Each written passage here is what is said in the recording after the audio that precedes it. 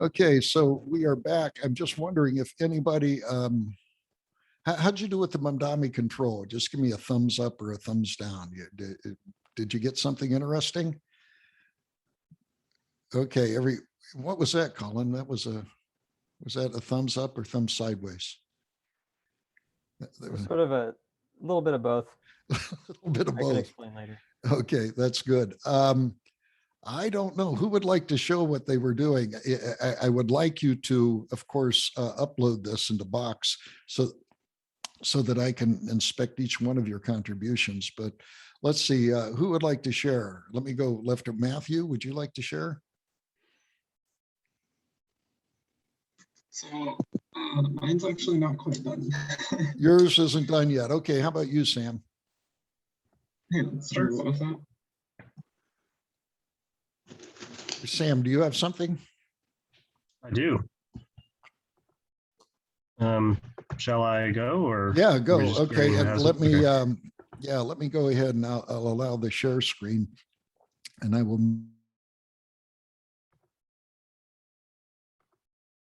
Okay.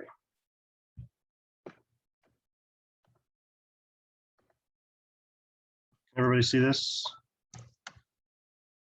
Okay, great. So yeah, this is the project here. So a few parameters for up front. Yeah, I just kind of arbitrarily chose them. You can read them. Let's see, the union operator and intersection. I chose the Zada min and max. And then the defuzzification method, I chose the centroid method, which is you just weight the previously integrated defuzzification membership functions. Yeah, so those are the parameters. Here are my membership sets for fuzzification. I looked at both the speed error and the acceleration. Yeah, they're all linear, triangular, except the ones on the ends, of course, maintain values at 1, 2, plus or minus infinity, respectively. Let me ask you this, Sam. Did you have to dink with these at all? Did you tune them at all, or did you choose something and it kind of worked? Yeah, it kind of worked the first try for me. I just kind of randomly picked these. I did notice one thing that could be improved, but it works and it's kind of a boundary case, so I didn't really worry about it that much. So yeah, these are my membership sets. This is the rules matrix. I actually just used the same rules matrix as in Dr. Marks' presentation. So the Ln is large negative, N is negative, Z is 0, P is positive, and LP is large positive. And those are all drawn from the membership sets shown on the previous slide. And then as the AND operator, I use the minimum operator, as mentioned earlier. For the defuzzification, the centroid method only requires a C sub n for each defuzzification function. So instead of making a function and then integrating a centroid of it, I just chose centroid values because you only get one number from each function anyway. So I just chose those numbers and those are given here. They're symmetrical. Let's see. So here is a test that I ran. The starting speed is 30 meters per second. The ending speed is 50 meters per second, and the ending speed is constant in all of my tests. I showed it earlier, but every half second it ran it again, so it only updates every half second.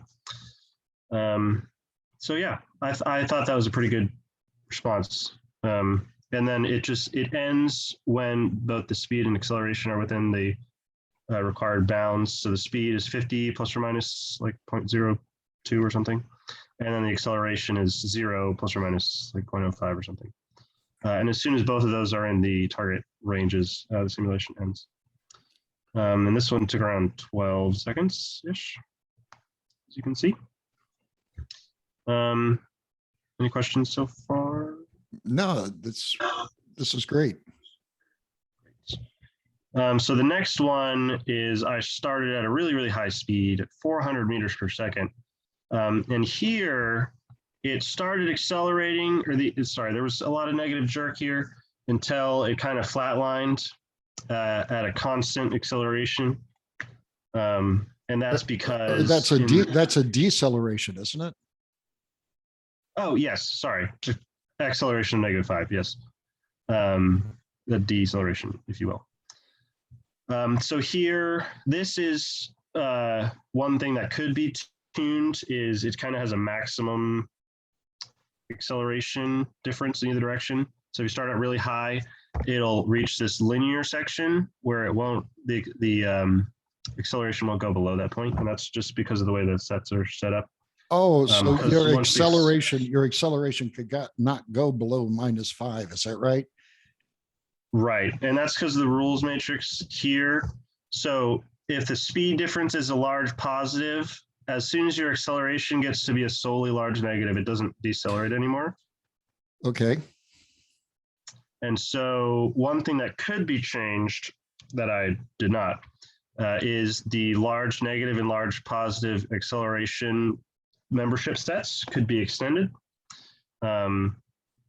So that to values, or here, these are the membership sets. In the acceleration, the very large, the large negative starts getting a value of 1 at -5, and the large positive starts getting a value of 1 at 5. And so once the acceleration reaches those values, it won't add any more negative jerk. Which is why it kind of flattened out in this linear section in the speed. Jerk being derivative of acceleration, right? Yes. So that's that. And then this one. Okay, go back to the previous one, if you would. Okay, What is this acceleration at the end? Oh, you took off the deceleration and you just went back to 0. I see. Right. Yeah. So what happens here is the control realizes, sorry, my cursor's not showing. Oh, there it is. The control realizes that although the speed is above the target value, it's no longer a very large positive. It's just a large positive. And because there's a very large negative or a large negative acceleration and just a slightly positive speed, it'll actually increase the acceleration. It'll accelerate you. Isn't that interesting? And so, yeah, it's pretty cool how it kind of slows off in advance so it doesn't overshoot. So this kind of reminds me that you're going too fast and you slam on the brakes as hard as you can. And that slamming on the brakes kind of hits this negative threshold. That's as fast as you can brake. And then finally, when you get to the acceptable speed, you take your foot off the brake and the deceleration goes back to nothing.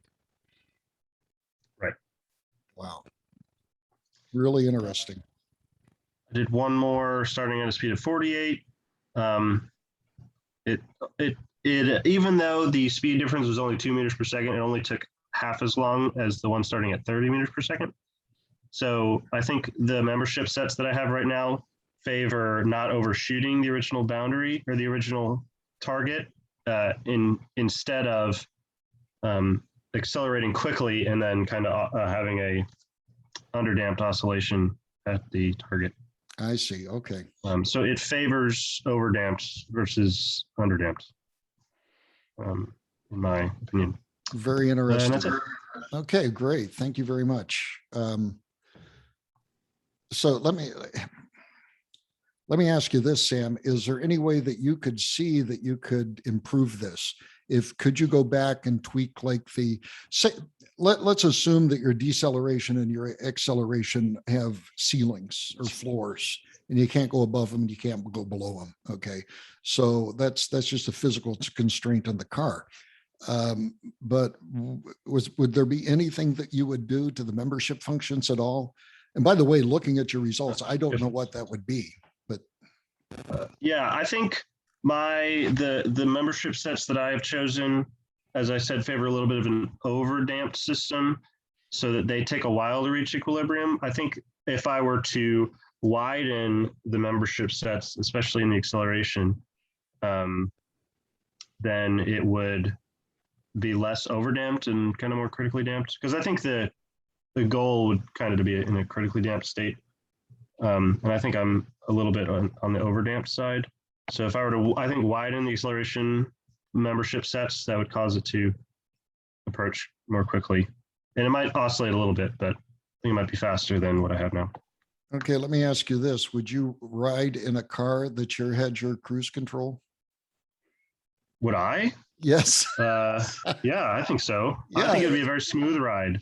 I mean, frankly, if you think about the fuzzy, we started with these fuzzy linguistic variables and how to translate those into machine code, which is what you did. And you came up with a control system that apparently works, very smoothly. Okay, thank you, Sam. That was really interesting. Anybody else want to share what they did, or didn't you guys get done? By the way, this is a big part of your grade, so make sure that you finish it up and are impressive. Okay, Colin, you have something? Yeah, sure. I'll give it a shot. Let's see if I can do this. Oh, can you see that okay? All right, so this is kind of my work on Mamdani cruise control. So the first thing I did was play around a little bit with a few different membership function bases. So I wrote some code to define 3 different sets of bases, a so-called hat basis, a nearest neighbor basis function, sometimes it's called a top hat function, and then a Gaussian basis function. And essentially to convert back and forth from sort of a vector of fuzzy membership values to these actual real number values. This is just sort of the math involved. So to fuzzify these values, you simply apply the basis functions to each of these values, and that gives you a fuzzified vector. And then to defuzzify your fuzzified vector, I used the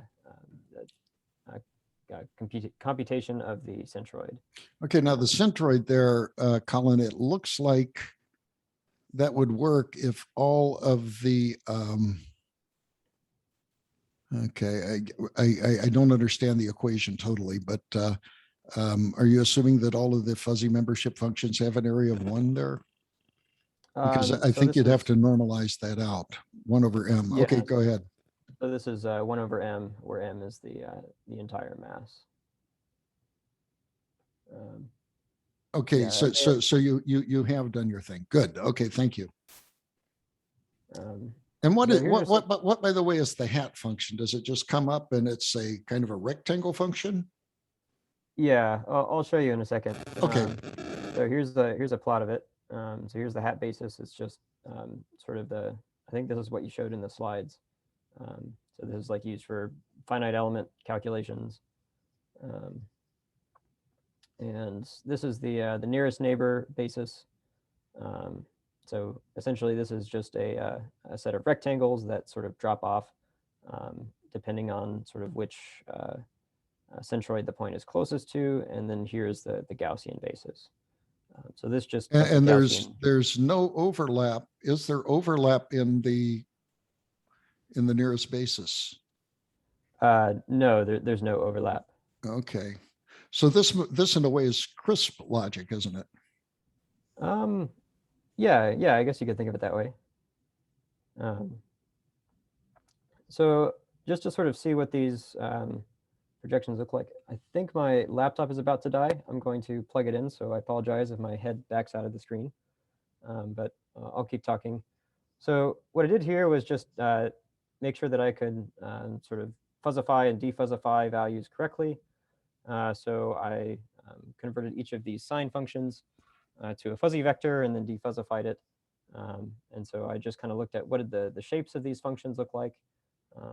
So I could kind of see that the hat basis tended to produce sort of the best fit for this function. So that's kind of the one I went with for the rest of this project. But in the code, you can kind of swap out the bases and play with it. But anyways, onto the cruise control model. So this is sort of the differential equation that I assume governs the system. So if we have a vehicle of mass m, then and we have some driving force given by u of t, that's the controlled variable. Then integrating this sort of gives the velocity and how it varies over time. And for the actual controller, this was sort of my first time sticking my hands into control theory. So after doing some Googling, I kind of came up with this, this PI controller. So there's a component that's proportional to the error itself, as well as a component that's proportional to the integral of the error. And this error is simply just the target velocity minus the actual velocity. Yeah. Now the PID controller, you take all of this work and control theory that you guys have had classes in, but when you reduce it to practice, it's almost always the PI controller. Now, help me out here, Colin. Did you use the PI controller as part of the Mamdani, or are you doing a comparison?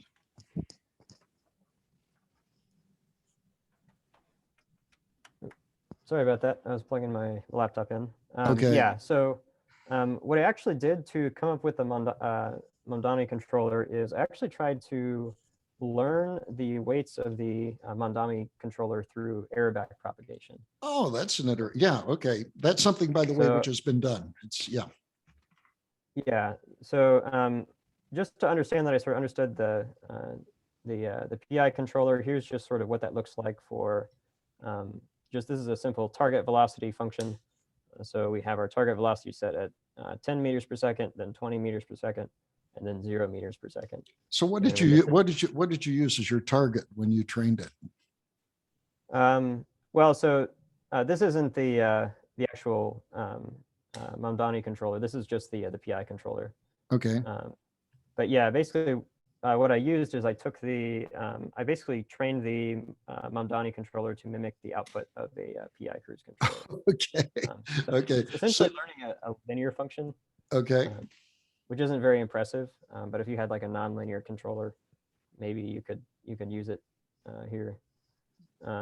So in order to actually make this differentiable, I kind of interpreted this as first found a nice, neat generalization of Mamdani fuzzy logic that is actually differentiable.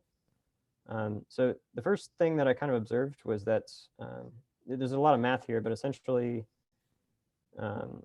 Mamdani logic forms what mathematicians would call a semi-module. It's like a weaker form of a vector space where you can define matrix multiplication and tensor products, but you can't do things like invert matrices or subtract matrices. So basically, here's an example of what this matrix multiplication looks like. Essentially, maxes are dot products and mins are multiplications and maxes are additions. And so using kind of these operations, we can kind of reframe Mamdani logic as something like this, where we have a matrix multiplied by the tensor product of basically these fuzzy membership vectors. And so in sort of a traditional Mamdani logic model, each of the rows of these matrix are just consisting of zeros and a single one. And then if we want to clip any of the values, we can basically decrease these to be values less than one. That also produces a valid Mamdani model. But in the general case, I kind of investigated what happens if we just allow all of these values to be on the interval from 0 to 1. And it turns out that it makes the entire system differentiable. So I wrote some TensorFlow code to basically do the error backpropagation for me. So I just wrote a TensorFlow layer that represents this min-max logic, and then a Mamdani control model that's a TensorFlow model that basically represents this whole system. And then I trained it to mimic the output of the PI controller. So over time, I found that just looking at a large uniformly spaced data set consisting of sampled points from the PI controller, I got convergence to a relatively low loss. And then here's just an example that I first kind of tried on a sinusoidal function. And you can kind of see it's not a perfect fit. There's definitely several rough spots. And that's just a kind of a consequence of the fact that I'm being lazy and not hard coding the values like I should. But when we actually plug in the, so sorry, this was just an example function. When we actually plug in the values of the PI controller, we also get convergence. And this was sort of what I got for how the system behaved. So interestingly, it kind of overshot the velocity slightly. Interesting. I'm not quite sure what was going on there.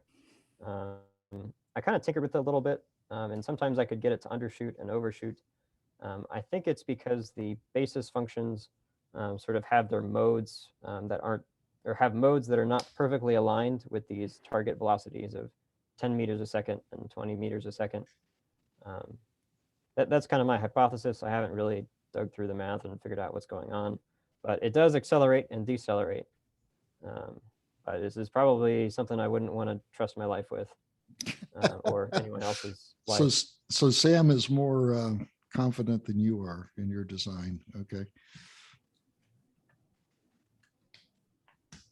Okay. Yeah, Well, great. Well, thank you. What language did you use here? What's your computer? This is Python. Python. Okay. Okay, great.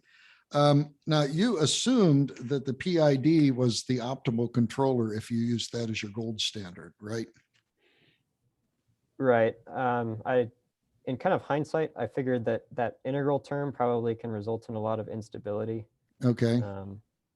Because it has that, such a long memory. Yeah. Yeah. So I'd assume like in the real world, that's probably reset every time the target function is changed. Yeah, I'm sure that it is. Yeah, and I don't have the domain expertise for that, but what you say sounds reasonable. But I also noticed that Sam's results were either underdamped or critically damped. They look like they converged very nice to the result. There was never any overshoot, but I think he mentioned that. So that's just a consequence of it. Okay, thank you, Colin. Very interesting work. And that is something, by the way, that is used quite extensively in fuzzy systems. You can either set up your fuzzy system and have a man in the loop who is tweaking things, or if you have the analytic insight, you can literally go into the situation if you have some sort of target in mind and tune the parameters to give you the desired results. So that works out to be very good. Okay, excellent.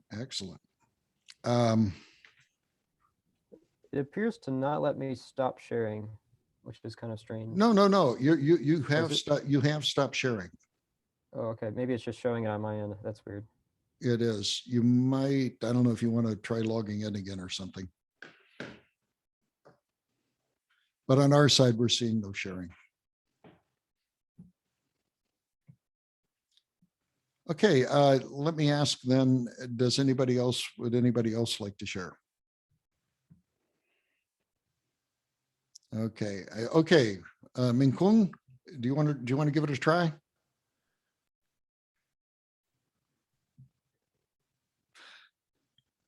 Go ahead, Min Kung. Hi, can you see my screen? Yes, I can. Maybe my control is a little easier than previous two students. So actually, I have the toolbox, that's the fuzzy logic toolbox, and what I have here is the input. The input is the current speed, and the output is the acceleration. So the fuzzy of my current speed is like this. So my target is at 50 miles per hour. So if it is in 50 miles per hour, it is perfect. And lower than this, very slow, fast, and very fast.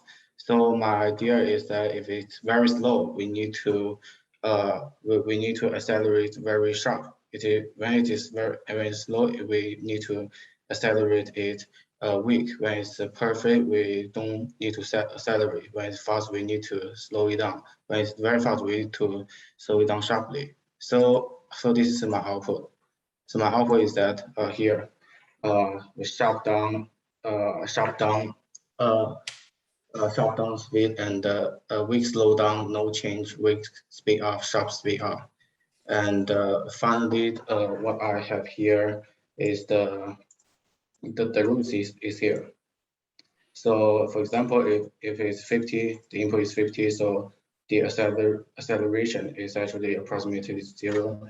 And if it's low, well, you see the acceleration is pushing hard, and when it is higher, then the acceleration is negative.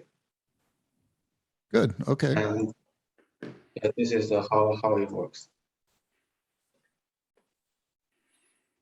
Okay. I see something. What is your, clearly there's I don't know what you're showing here. Hmm? On the left, this graph that goes down, this blue curve. This one. Yeah. What are you showing Yeah. there? Yeah, this is an acceleration. So when the speed is very low, the output is acceleration. So when the speed is very low, so the acceleration is high. So when the speed is high, the acceleration is low. So and we have 0 here. So when the speed is greater than 50, we need to slow it down. When it is slower than 50, we need to accelerate it up. I see. Okay. So did you show any tracking? Did you show the curve of the speed, for example? I think the output is the acceleration, right? So, I see. Yeah, but here you Yeah. end up braking, right? Yeah. Yeah, so here's my output and my input is the speed. Okay. I would like to see a graph of the speed too, and how you start at an initialization and hit a target. Oh, I see. So if you could use something like that, I think that would be much better. So could you add that? Could you add that? Otherwise, I see what you're doing and it's spot on. What were the rule tables that you used here? Oh, it's not here. The rule tables, it is actually here. Okay. Yeah, Okay, so you have this here. Okay, well, thank you very much, Ming-Kung. Yeah, go ahead and add an example of that starting an initialization and hitting a target. I think that would be something which would be good. By the way, you should know, if you don't know already, that MATLAB has a fuzzy toolbox that you can mess around with if you're so inclined. So just like most established things in engineering, MATLAB has a toolbox associated with it. Okay, thank you, Ming-Kung. Go ahead and quit sharing your screen now. We'll save the rest of you people for next time. Hopefully you can have something done by then. I think if we just go through example after example, it gets boring, but if we start with examples, that's going to be kind of nice. Start the lecture with examples is what I mean. Okay, what I want to do is kind of share with you what's going on here. We had this as Project True, which is to write a swarm program that does something interesting. This is actually one of the most fun projects that we'll end up doing. You saw in all of my examples, swarms that followed relatively simple rules. And these swarms were able to do wonderful things like the termites picking up pieces of dead bark, or one I didn't show was how the ants found the closest distance between 2 points, dropping pheromone. So, you know, these are all very interesting problems in swarm intelligence where simple rules give some sort of emergence. So I'd like you to choose something to do, something to do with swarm. And I want you to use your imagination. One of the warnings I'll give you is don't choose something which is too complicated. There's a tendency to choose complicated versions of swarm intelligence, and the project just becomes too large. So if you do choose something which is complicated, see if you can cut it down to little bite-sized pieces so that you're able to go and do it that way. Okay, and we'll probably have this due. Is October 12th enough? Today is the 5th, so that gives you a week and a half. Is that long enough? Anybody like longer? I would like longer. You would like longer, says a brave man. Okay, October 12th is what day? When's the next class? When's the next class after October 12th? I want you to save me from looking it up. The 14th. 14th? How about the 14th, Innocent? Does that sound good? Sounds good, yeah. Okay, so a little bit of extra time. Okie doke. So next time, Innocent and Matthew and let's see, who else do we have here? Trevor. You guys can show your projects and start to work on this, because again, I think you're going to have a lot of fun in that area.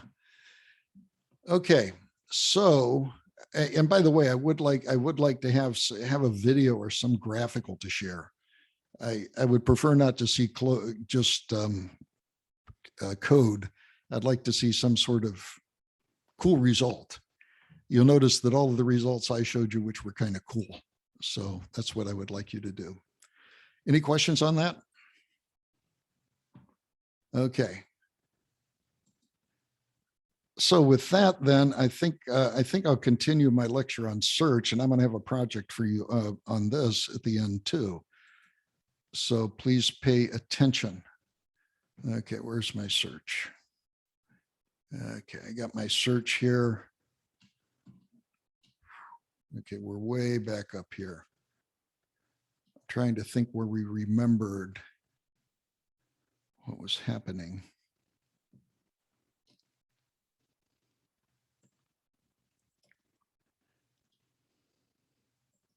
Okay, I think this is one of the slides that we talked about previously, right? In that the diversity of search problems, and that one search does not fit everything. And here was an example where if you get nearer and nearer to the result, it doesn't mean that you're close to the result. Sometimes you have to back off, because the nearest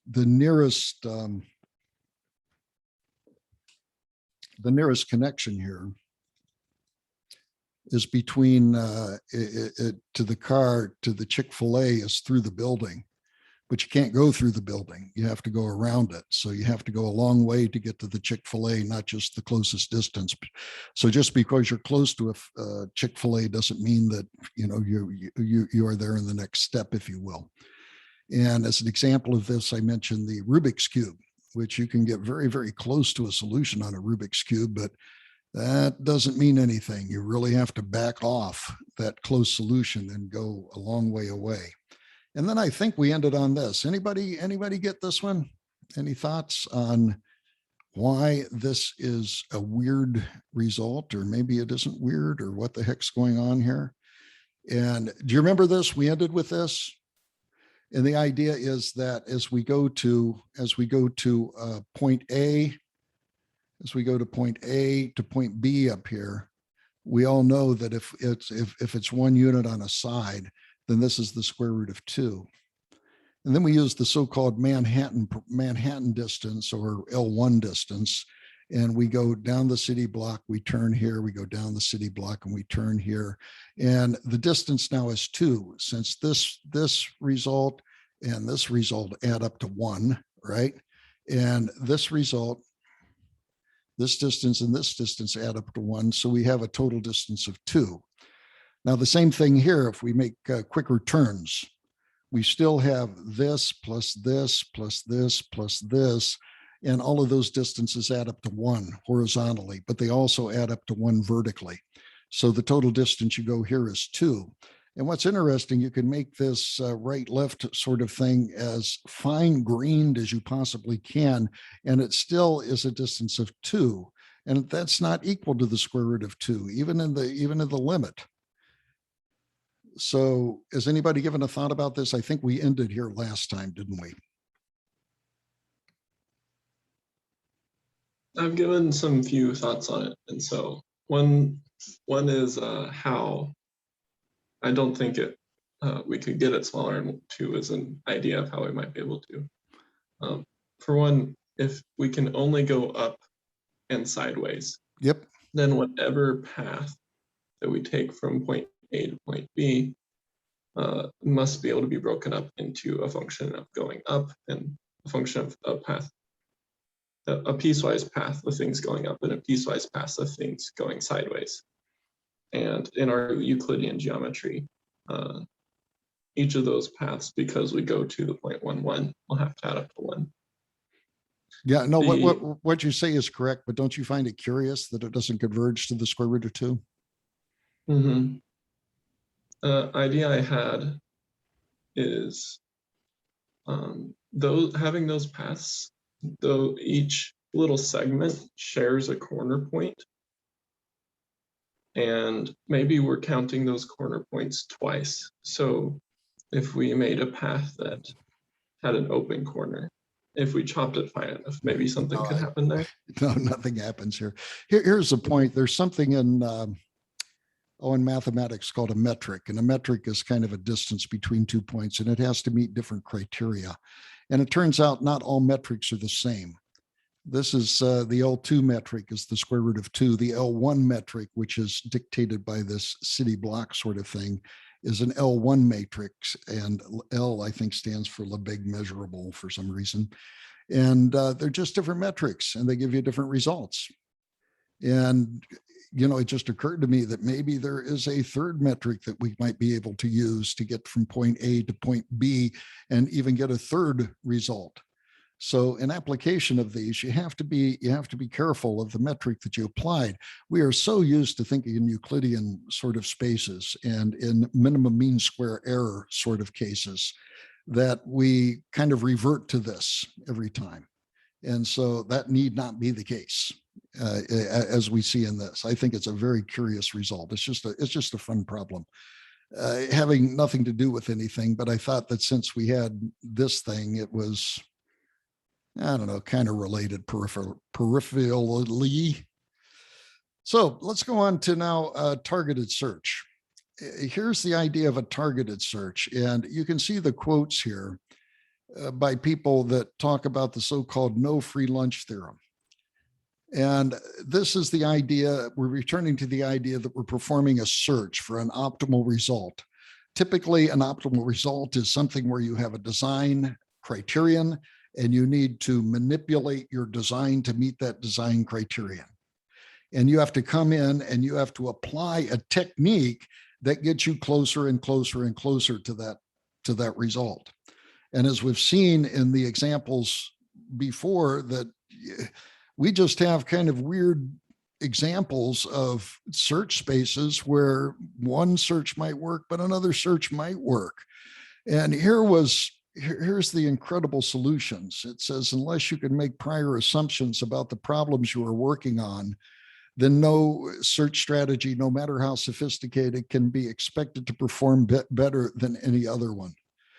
Now, here's the thing. This statement assumes that you can distance yourself from the obvious assumptions that you make.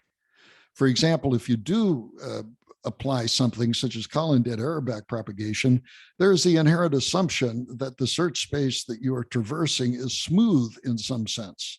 That isn't always the case. It also assumes that the closer you get to a target, the better the result is going to be. Now, it turns out that for lots of problems, that's true. And for many times we make that assumption, but we can't always make that assumption. And if we don't know that that assumption is true in a search scenario, then as it says here, that is Ho and Pepin. I think Ho is at Harvard, or is it Prince? I forget. He's at some Ivy League place. They said that no search strategy, no matter how sophisticated, can be expected to perform better than any other. I mentioned to you about Mike Healy, the penalty function artist, and that's something which just needs to be done. You have to apply your domain expertise as much as you can. David Wolpert and McCready in 1997 published a paper. I'll show it to you here just in a second. And it says it indicates the importance of incorporating problem-specific knowledge into the behavior of the optimization or search algorithm. There is this growing thought that, you know, as we get artificial intelligence more and more powerful, that we should be able to feed it anything. Well, yeah, there are cases where you can do this, but here's a rule of thumb. If you have an algorithm, the more general it is, the less powerful it is. The more general a problem is, the less a solution is, the less powerful it is.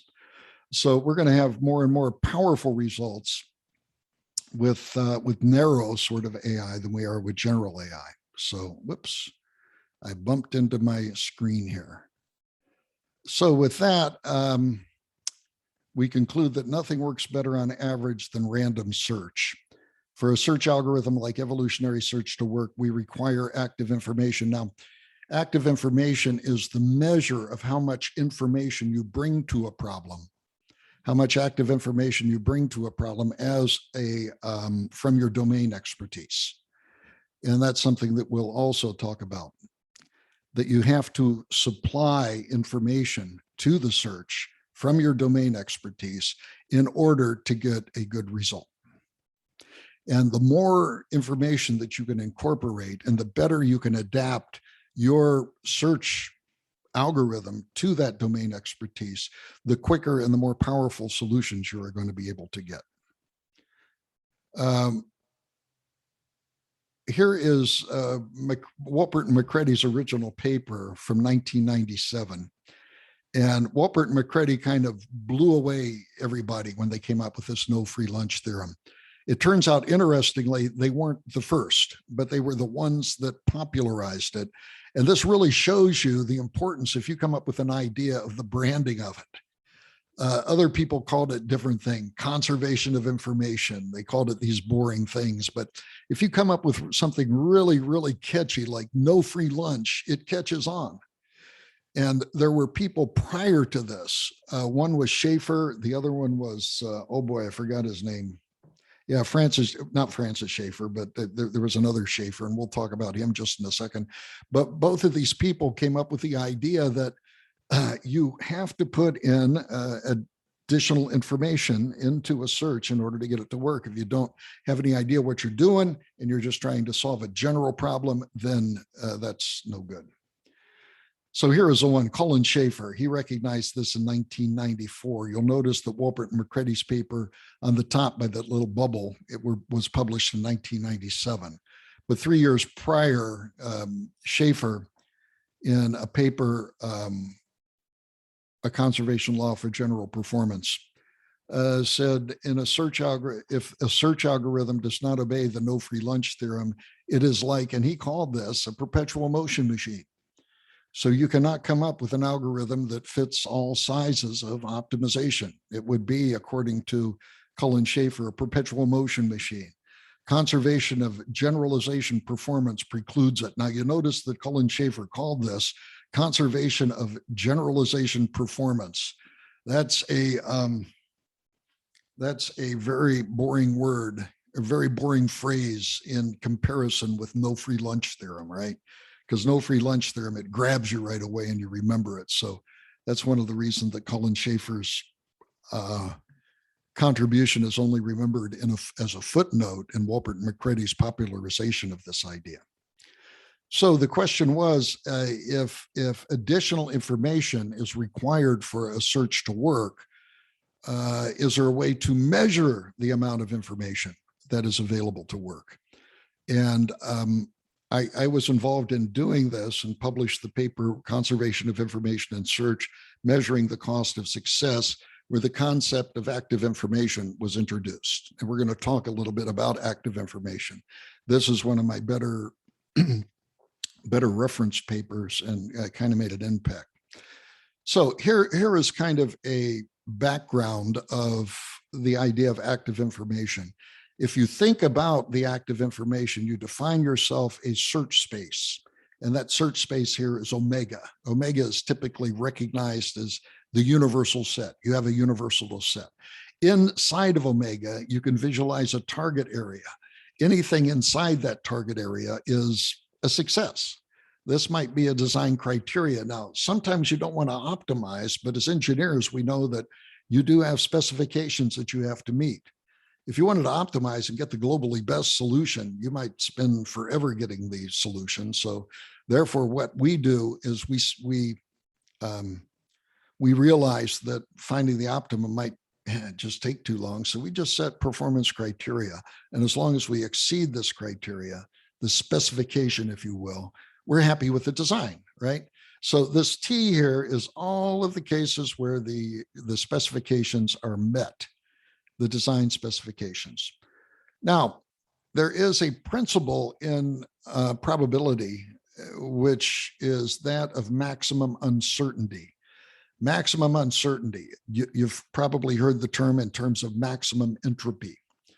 It was literally coined by Jacob Bernoulli many, many years ago. And Bernoulli's principle of insufficient reason says that if you don't know anything about a search space, then the best you can do is assume that all of the solutions are uniformly distributed, that one solution is as good as any other solution if you don't know anything about it, okay?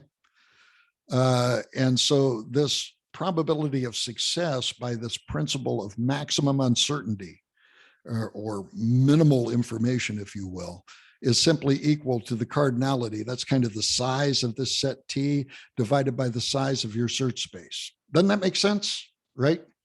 If you were to put this up as, if you were to put 1,000 of these up side by side on a dartboard where you couldn't choose whether it went into the target or didn't go into the target, and you threw dots or darts at it, then it would, on the average, hit the target a P% of the time with the probability of P, right? And so if P is big, then you have an easy design problem. If P is really, really small, you have a very difficult design problem. But assuming that all of the targets are equally valid, obeys the Bernoulli's principle of insufficient reason or the principle of maximum uncertainty, or as we say here, maximum entropy assumption.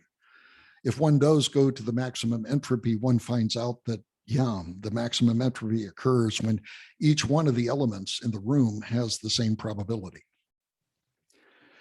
So if you remember last time, we talked that we could measure probability in terms of bits, and that sometimes these bits were more intuitively understanding than the probability themselves. I mentioned 10 to the minus or 2 to the minus 1,000, a probability of 2 to the minus 1,000. I don't know what that is. But if you translate that to bits, which is 1,000 bits, 2 to the minus 1,000, that probability translates to 1,000 bits. I can relate to that. That's the probability of flipping a coin and getting 1,000 heads in a row. I can understand that. 70 bits corresponds to flipping a coin and getting 70 heads in a row.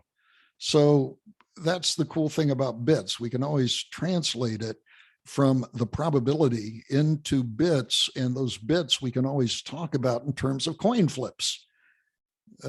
10 bits is probability of getting getting heads on 10 subsequent or 10 sequential flips of a coin. And we're going to call this the endogenous information. The endogenous information dictates the difficulty of the search without any prior knowledge, without any domain expertise. So that's the endogenous information. If you have a small probability, that translates to a large endogenous information. So the bigger the information is, the more difficult the problem. I can put it another way. The smaller the probability, the greater the information. And so a small probability would correspond to a big information. So if you had an endogenous information of, say, 10,000 bits, that's a lot more difficult problem than if you have an endogenous information of, say, just 10 bits. So the endogenous information, which is the log base 2 of P, which is the log base 2 of the cardinality, the number of elements in the target divided by the search space, is all the information we can get from the search. And we can literally think of the search as going to this source of information and drawing out information. And the most information, that's a good way to think, the most information that we can draw out is the so-called endogenous information. So this is the probability search space, and that's the endogenous information. That looks like a superfluously redundant slide. And we can apply this pretty easily to different things. Suppose we come in and we say P sub S is the probability of success of a search given some sort of domain expertise. let me give you an example. I hide during Easter, I hide an Easter egg in the state of Wyoming. Okay. And I ask you to find out where that Easter egg is at. And I give you no information about whether the Easter egg is hidden in Wyoming. You would have one heck of a time finding that. That would have an enormous endogenous information, correct? But if I were to give you domain expertise, and as you were looking for the Easter egg, I kept telling you, you're getting warmer, you're getting colder, you're getting warmer, oh, you're really, really hot. I would be giving you domain expertise to guide you in your search.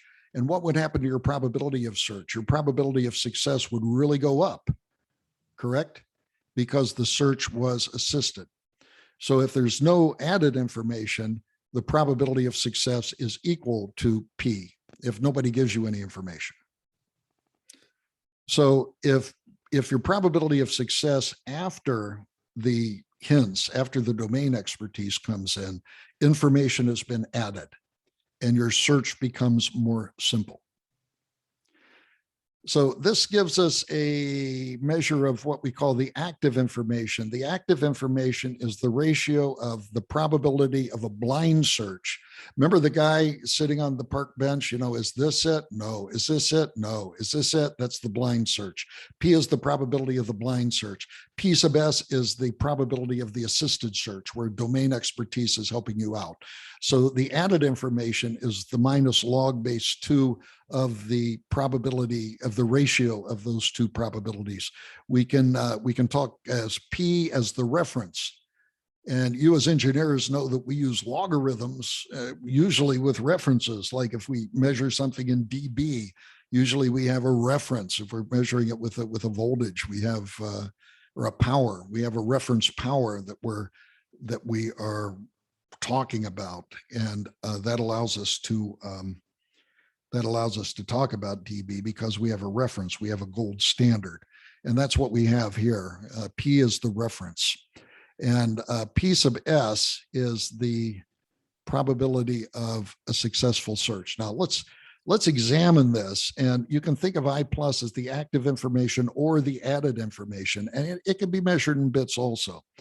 If we have a perfect search, if I come in and I tell you the longitude and latitude to many significant figures of where that Easter egg is hidden in Wyoming, you can go directly to it. You only have one iteration. You don't have a difficult search at all. And so in that case, the probability of success would be equal to 1. In other words, you could perform that operation in one step.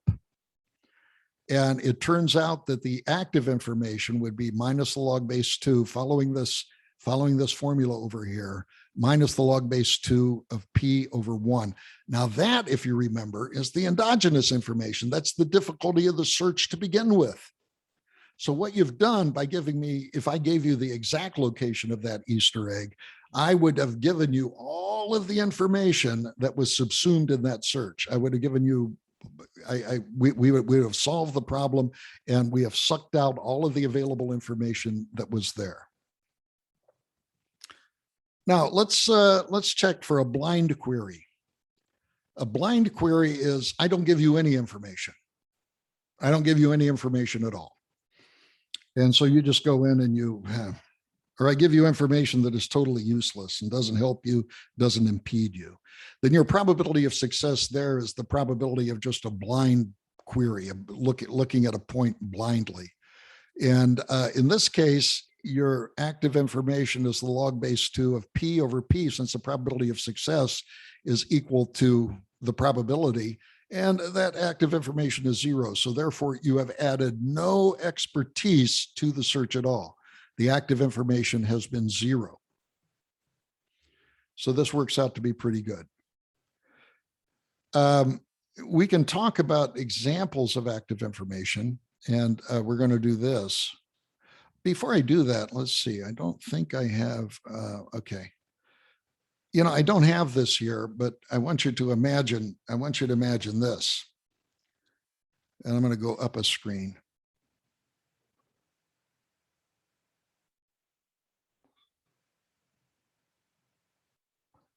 So suppose that the probability of success. Okay, where'd my little cursor go to? Oh, don't tell me I disconnected. Okay, stupid, silly thing.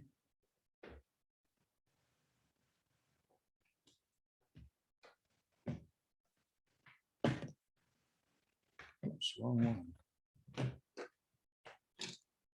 My desk looks like a plate of spaghetti. Got so many wires coming in and out. Okay, there it goes. Okay, suppose that P sub S was greater than P. Your probability of success was bigger than just a random query. How could this happen? Suppose I was a cantankerous old uncle in your search for an Easter egg in Wyoming. And I knew where the Easter egg was at, but every time you moved, if you were getting closer, I would give you the opposite advice. I would say, you're getting colder. And if you were getting colder, moving away from the Easter egg, I say, ooh, you're getting warmer, you're getting warmer. I'm giving you bad information, correct? And if I give you bad information, it's going to take you longer to find the Easter egg than if you just did a random search for the Easter egg. Does that make sense? Dr. Marks, should that be a less than? P sub S, yes, thank you. Let's see if I, okay, backward.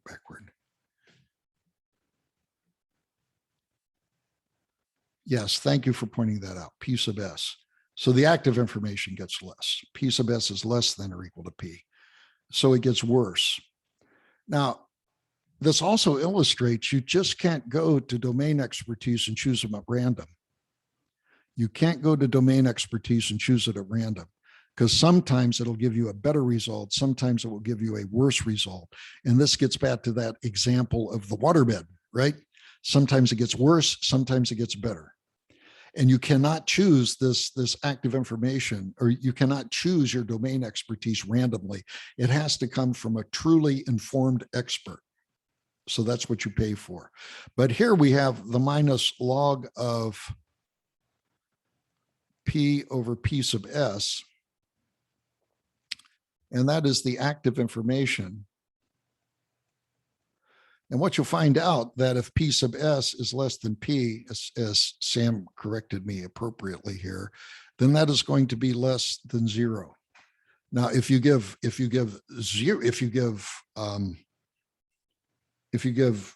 no information, that's the active information of 0, right? If you give no domain expertise. If you give incorrect responses, you're going to get an active information that is negative, which means that you do worse because somebody gave you bad advice.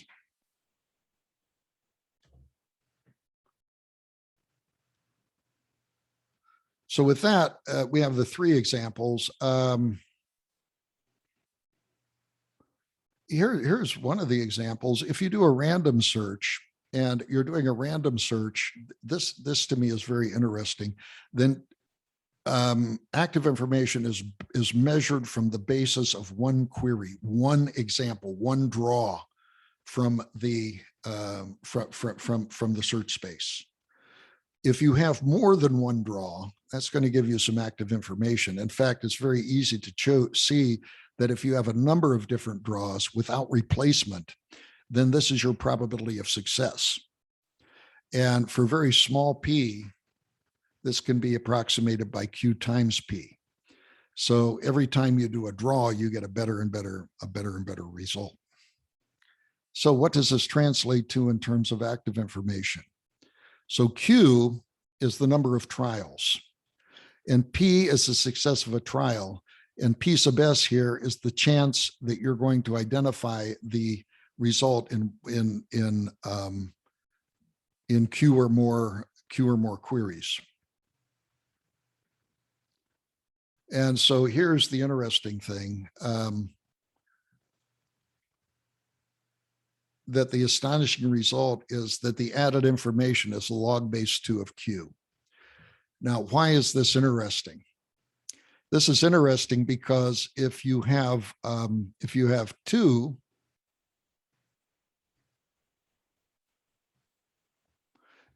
queries, that gives you an active information of 1 bit. But to get to 2 bits, you have to have 4 queries. To get to 3 bits, you have to have 8 queries. So you get to diminishing returns as you go up. Now, this has never been totally intuitive to me, but you can see that we get diminished returns as we have more and more queries. So this is Q. I probably should have put these in columns, that this is Q, and this is the corresponding active information. So repeated queries, repeated blind search results only give you an active information of the log base 2 of Q. And the interesting thing, it's not a function of the size of the space or the probability of success, but only the number of queries. This always surprised me. So the only criterion that we have here is that the probability of success is teeny. So we can make that approximation that we saw previously. So there is a diminishing return. 2 queries gives 1 bit of added information, 4 gives 2 bits, 16 gives 4 bits, and 256 gets 8 bits, etc. So that's one example. Here is another example. Suppose that you're trying to guess, your target is to guess, methinks it is like a weasel. And what happens is that you are allowed to guess a letter. And if that letter works, you identify all the places where that letter fits, and then you keep it there. So let's suppose that this is our best guess. It isn't this, is this it? No. Is this it? No, it's not like that. You say, is this it? And you're given more information, more domain expertise. You say, yeah, well, in the second character, that E, you got that right. And subsequently, as the green is pointed out, you got the T right. As you go down further, you get the S right. And then right at the end, you got the L right. Okay. So you keep these, and then you do some more guessing. And you do some more guessing, and you generate the ones in yellow here. And then you keep on doing that, and you keep on doing that until you get methinks it is like a weasel. So this active information and partition search allows you to keep your correct guesses in a finer grained example of what you're looking for. Whereas if you were to do the blind search, it would be, you choose a bunch of letters. Is this it? No. You choose some more. Is this it? No. Is this it? No. And you throw them away. So the active information we can actually compute, and I won't go into the details of this, but you get for partition search, the active information is L, and L is the length of this.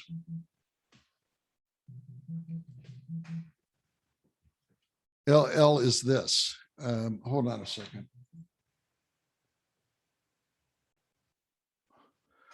And that turns out to be the active information there, because clearly somebody with domain expertise is coming in and saying, you're right here, you're right here, you're right here. Okay. So if you are to do a partition search, that's what we just called where you keep where you keep your guess, your solution. The average number of queries that you have to do in order to get a success is 43. For a random search, is this it? No. Is this it? No. Is this it? Your number of queries is 10 to the 40th. So you can see that active information and domain expertise in that simple example gives you a lot of cool results.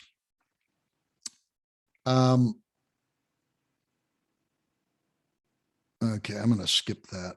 Here's another example of active information. Suppose that somebody gives you a phrase that you want to guess, and you know the foo. The foo is the frequency of occurrence.